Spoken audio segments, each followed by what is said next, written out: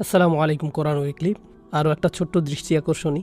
গতবার ৪-৫ মিনিট বলেও আমি ৭ মিনিট সময় নিয়েছিলাম। এবার কি করব জানি না। আমি সংক্ষিপ্ত করতে সর্বোচ্চ চেষ্টা করব। বিসমিল্লাহ।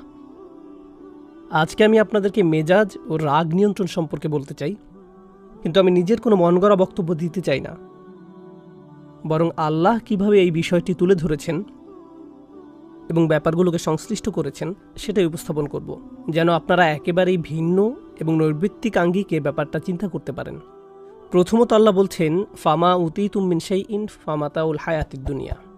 তোমাদের এই দুনিয়াতে যা কিছু দেওয়া হয়েছে সব কিছুই পার্থিব জীবনের ব্যবহার্য সামগ্রী। কোনো কথায় এগুলো তাৎপর্যহীন। আখিরাতের জীবনে যা আসছে তার কাছে এগুলো কিছুই না, এবং আমরা এগুলো নিয়েই পড়ে আছি। আমরা মনে করি যখন আমরা কিছু পাই বা হারিয়ে ফেলি অথবা খারাপ কিছু ঘটে, এটাই বুঝি দুনিয়ার সব কিছু। এখানেই দুনিয়ার শেষ নয়। আপনাকে যা কিছু দেয়া হয়েছে তা হচ্ছে ব্যবহার্য সামগ্রী, মাতা। মাতা অর্থ এমন কিছু যা আপনি ব্যবহার করেন কিন্তু উপভোগের প্রয়োজন নেই। প্রাচীন আরবরা মাতা নামে এক ধরনের ব্রাশ বাসন মাজতে ব্যবহার করত। এমন জিনিস যা ব্যবহার্য কিন্তু উপভোগ্য না। ঝাড়ু, বেলচা, কাঁটা চামচ, এগুলোই আরবিতে মাতা। আল্লাহ বলছেন সমস্ত পৃথিবী এর সব কিছুই মাতা। আপনাদের যা কিছু দেয়া হয়েছে সবই। মোট কথা, আপনার জন্য এমন কিছু যা এখন শুধুই বৃহৎ উদ্দেশ্যে ব্যবহার করছেন। উপভোগ করার বস্তু হচ্ছে আখিরাতের জীবনে। আল্লাহ বলেন, ওয়ামা ইনদাল্লাহি খায়রুন। আল্লাহর কাছে যা আছে তা আরও উত্তম। আপনারা হয়তো অবাক হচ্ছেন, আমি এখন রাগ নিয়ে কিছুই বলছি না কেন, এগুলো কেন বলছি। আসলে এগুলো সবই আল্লাহর ভাষ্য অনুযায়ী সম্পর্কিত। আপনাদের ব্যবহার্য সামগ্রী হিসাবে যা কিছু দেয়া হয়েছে তা এখানে এই ক্ষুদ্র দুনিয়ায় ব্যবহারের জন্য।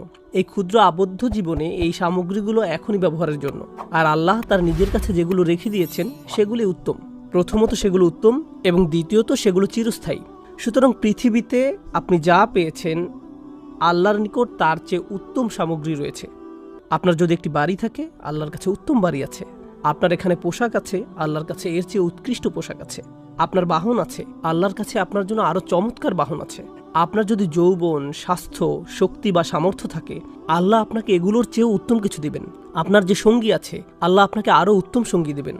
আল্লাহর কাছে আপনার জন্য যা কিছু রয়েছে সবগুলোই আরও উৎকৃষ্ট। সুতরাং দুনিয়ার এই জিনিসগুলোতে জড়িয়ে যাবেন না, এবং মনে রাখবেন জিনিসগুলো যতই বড় হোক না কেন, আল্লাহর কাছে আপনার জন্য যা আছে তা এর চেয়ে উত্তম। তিনি বলছেন আবকা, তুলনামূলকভাবে আরও দীর্ঘস্থায়ী।